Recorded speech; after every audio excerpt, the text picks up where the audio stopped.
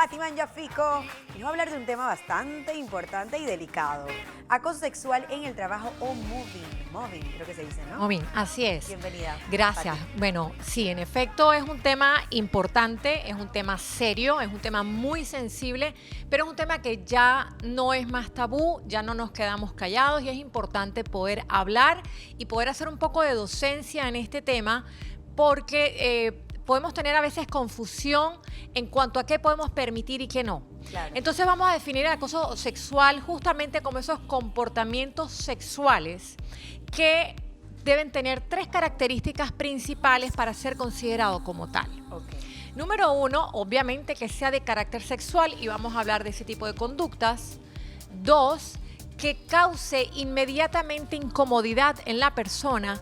Y 3, que esa incomodidad justamente convierta mi puesto de trabajo en un lugar hostil y no deseado. Claro. ¿Sí? ¿En qué se diferencia que el acoso normal laboral a un acoso sexual? El acoso laboral te das cuenta de que estás siendo acosado en el tiempo, ¿sabes? Con conductas repetidas. Con el acoso sexual la incomodidad es inmediata. Ahora, ¿por qué es tan difícil a veces comprobar que hay acoso sexual? Porque hay una subjetividad, porque cada persona tiene un grado de tolerancia diferente. Así es. Y además la cultura de cada uno también interfiere en ese sentimiento. Entonces a veces lo que para mí está muy mal, quizá para Sara o para Marce está aceptable y viceversa. Sin embargo, hay conductas que en ninguna empresa, y es importante decirlo, esto es severamente penado y hoy en día en el Código Laboral y en todas las empresas tiene su artículo donde es severamente sancionado, inclusive con despido, cualquier conducta que sea tomada como acoso sexual. Ahora, estos acosos van desde leves hasta bastante intensos. ¿Qué puede ser un acoso leve? Estos piropos, algo así como, mami, si estás rica, ese tipo de cosas que a lo mejor para uno es común escuchar esto, sin embargo, esto no es aceptable en un puesto de trabajo bajo ninguna consecuencia, bajo ninguna circunstancia. 2, los acosos medios, intermedios que van cuando estás sentado y alguien te pasa y te toca levemente. Eso, cuando ya comienzas a invadir ese espacio físico de la persona. Cuando ya empiezan a ser más intensos, es cuando empiezas a acorralar a la persona y cuando coaccionas el trabajo de esa persona o la estabilidad de esa persona si no accede a ese favor sexual. Y por ahí podemos ya imaginarnos que puede ser mucho más intenso. Entonces, ¿qué sucede aquí? ¿Cómo hay este acoso laboral? ¿En qué personas y cuál es el perfil del acosador? La mayoría de las personas que son víctimas de acoso sexual son personas, uno, que generalmente no tienen contrato laboral. ¿Por qué?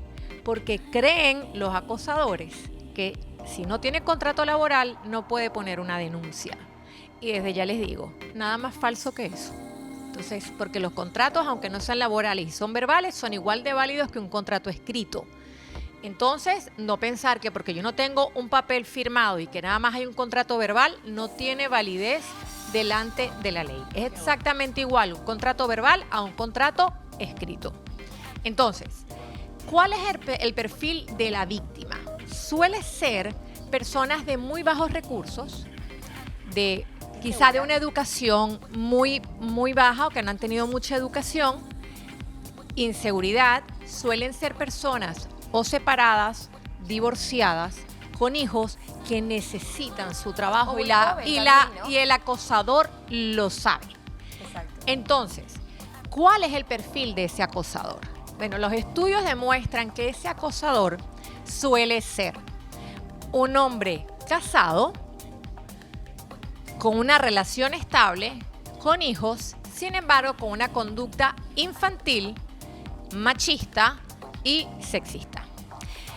Ahora me dirán, bueno, Patricia, pero también hay mujeres acosadoras. Y en efecto lo hay.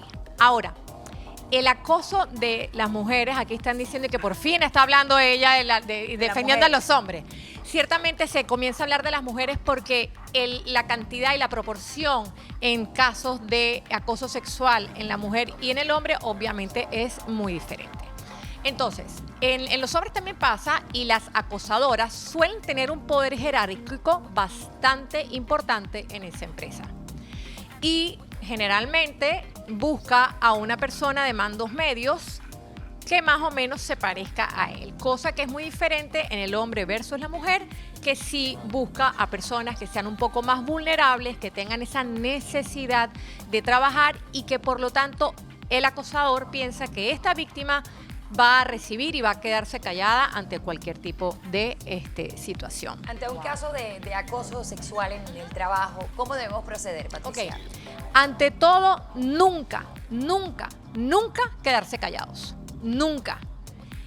Lo importante es poder recoger pruebas. ¿Cómo recogemos pruebas? Como ya había dicho antes, es un poco subjetivo. Sin embargo, hay conductas que si a mí ya de por sí me han incomodado y yo se lo he dicho al acosador y le he dicho, hey, no me gusta que me hables así. Hey, lo primero que hay que hacer es no tenerle miedo y poner un alto, un stop así, pero contundente y rotundo en seco. No me toques. Sí. A mí no me hables así. No te permito que me invadas mi espacio.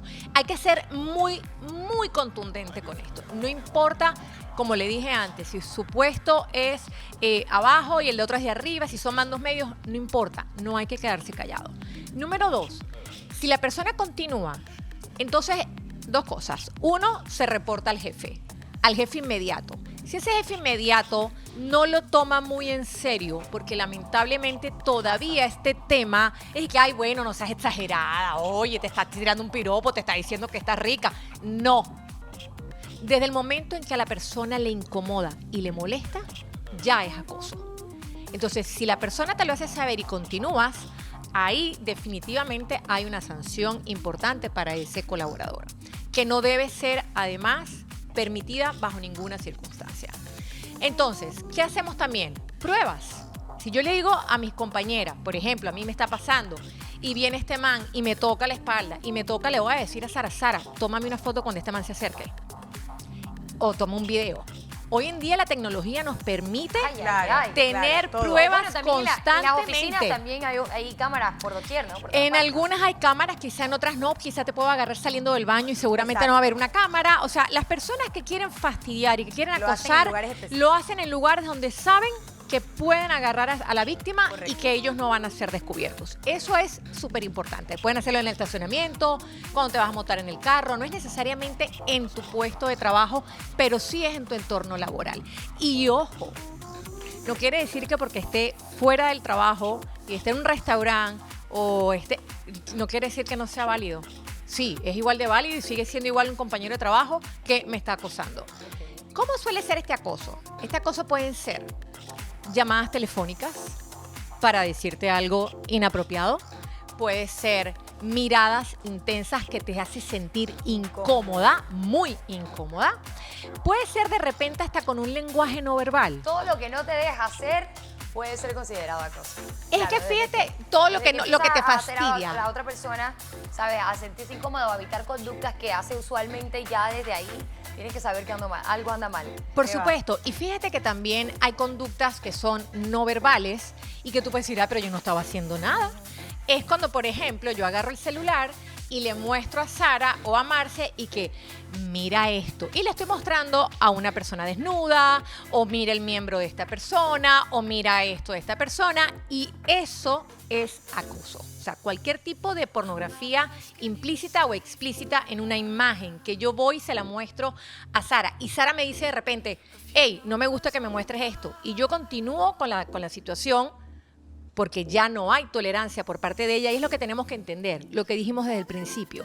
Hay un grado de tolerancia diferente en cada persona, pero desde el momento en que usted pone un parado en seco y rotundo, esa persona debe parar. Si no para, entonces ya definitivamente hay que reportar. Pati, para saber qué hacer también en los casos, como bien lo mencionaste, que uno va y lo notifica al jefe, el jefe no le da la debida importancia, pero tú te sientes como que estresada, que ya quieres una solución, ¿a quién debes recurrir entonces en eso? Inmediatamente al Departamento de Gestión Humana o de Recursos Humanos, al jefe de Recursos Humanos. Inmediatamente.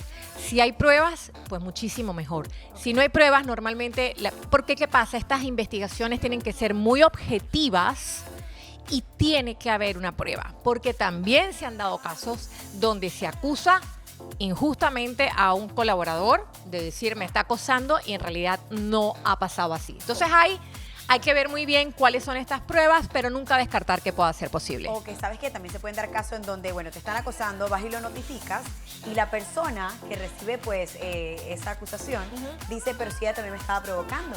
Entonces te enreda a ti en el juego de Claro. una forma Sí. que tú dices, si no tengo pruebas, ¿cómo me voy a zafar de él? Y lo importante es una cosa, y está muy bien lo que acabas de decir, porque generalmente nosotros tendemos a culpar a la víctima. Y eso tiene que terminar. No es porque ella vino con una faldita corta La que yo culpa no tengo era el mía, derecho. no me estaba ni cómo vestía, A mí dice sí la mismo canción. es.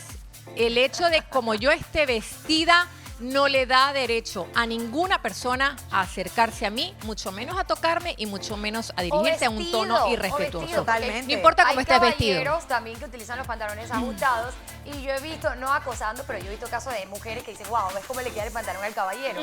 Y porque al pantalón le queda apretado, ¿sabes? En cierta área o en las pompas no quiere decir que tú tienes derecho a acercarte a ese Así es, caballero y violar, así es. pues, ¿sabes? Tu Ese espacio. espacio físico. Absolutamente. Comprometerte. Mira, hace unos días hubo una imagen que quizá podemos ver como muy inocente y la verdad es que está siendo viralizada y está siendo condenada por la gente y fue una actitud que tuvo Rafa Nadal, tenista muy famoso, en uno de sus partidos. Hace unos días él saca y la pelota golpea a la niña, recoge bolas en la cara. Entonces él, por supuesto, en la vergüenza que tenía de haberle golpeado a la niña, él se acerca a la niña, pero él le toca la mejilla de una manera un poco extraña. La niña se cohíbe, él se acerca a darle un beso, la niña voltea la cara y él insiste y le da el beso en la otra mejilla. Entonces, aquí es claro que la niña manifiesta la incomodidad primero cuando le toca la cara. Tocar a alguien en muchas partes del mundo está no solamente prohibido, sino que no estamos acostumbrados, yo soy una de esas, a la tocadera. Y nosotros en América Latina nos encanta tocar a la gente, nos encanta tenemos tocar a la sí, gente. yo Hasta tengo esa Tenemos conversando. eso, conversando es el manotazo, Ay, sí, el horrible. manotazo Ay, no, y la horrible, tocadera. horrible, eso no se puede. Entonces, ¿qué sucede? Que para tener No puedo. una armonía garantizada en su trabajo, usted procure siempre respetar el espacio individual de cada persona y no acercarse a menos de 1 metro de distancia. Pati, dime Ese algo, es el que espacio. Nadal fue criticado por esto. Sí, Ay, le dio Al un fue palo en criticado la por prensa esto internacional, justamente imagínate. porque primero es una niña menor de edad Claro, y notó su incomodidad. obviamente. y se notaba claramente la incomodidad de la niña, la mano de esta persona en la mejilla y luego él va a besarla, ella le quita la cara y él aún insiste. Esas son conductas que quizá, y estoy plenamente convencida de que el tenista quizá lo que quiso hacer es, ¿sabes qué? Estoy muy apenado, Claro. pero nosotros No era la tenemos, forma. no era la forma, nosotros tenemos que aprender a leer las señales de incomodidad también en la persona. Si una persona se está echando hacia atrás, está diciéndote, hey, te estás acercando mucho. Entonces, cuando nosotros vemos esto, tenemos inmediatamente que entender, Claro. ojo, y esto también pasa de mujer a mujer y de hombre a hombre. No es solamente de hombres a mujeres o de mujeres a hombres. Aquí pasa hasta en el mismo Claro, sexo es lo que digo. que tú tienes esa incomodidad y la tienes que manifestar. Lo cierto es que cualquier caso de acoso sexual, si usted es testigo de esto, no se quede callado. Porque, ¿qué pasa? Número 1, la víctima comienza a producir muchísimo menos. Comienza a haber ausentismo laboral porque ya me voy a inventar cualquier enfermedad, cualquier incapacidad para no ir a trabajar, para no tener que tropezarme con el indeseado o la indeseada que me está haciendo la vida imposible en el trabajo. No, y ponlo así, si te toca, por ejemplo, ir a camino a un supermercado, una cuadra de tu casa, después vas a cambiar o el supermercado o la ruta, porque hay, digamos, un caballero o una persona, en los casos que no es acoso laboral, pero yo conozco muchos casos de mujeres que han decidido cambiar las rutas por las que pasan. Por supuesto. Por un mal piropo. Entonces hay que tener cuidado y saber saber hasta dónde podemos llegar a incomodar a otras personas. Es que justamente estamos hablando de acoso laboral porque estamos hablando obviamente de lo que pasa en la oficina, pero esto mismo pasa afuera de la oficina, pasa en familias, pasa en los entornos sociales más cercanos y las situaciones son exactamente las mismas. Lo único es que quizá usted no vaya a ser despedido de su trabajo, pero puede ser condenado por la ley por acoso sexual. O sea, ya las leyes están siendo cada vez más estrictas, no hay tolerancia cero a la violencia de ninguna forma y de ningún tipo es aceptable. Entonces, cuando usted tiene a una persona que está siendo víctima en su trabajo, usted como empresario primero tiene que garantizarse que esa persona sea protegida. 2, cuando comienza a haber ausentismo laboral, su empresa es la que se va a ver afectada. 3, cuando yo comienzo a bajar mi productividad, a estar menos concentrada, a sufrir de depresión, a sufrir de ansiedad y de otras patologías que son producto de esta situación, pues aquí todos perdemos. Claro. Pierde la víctima, pierde la empresa, perdemos todos como sociedad y definitivamente que eso no es lo que nosotros queremos, ¿no? Excelente, Pati, de verdad que buen tema, un tema tan importante en nuestro segmento Bienestar Laboral. Gracias por habernos acompañado esta Gracias a mañana. ustedes.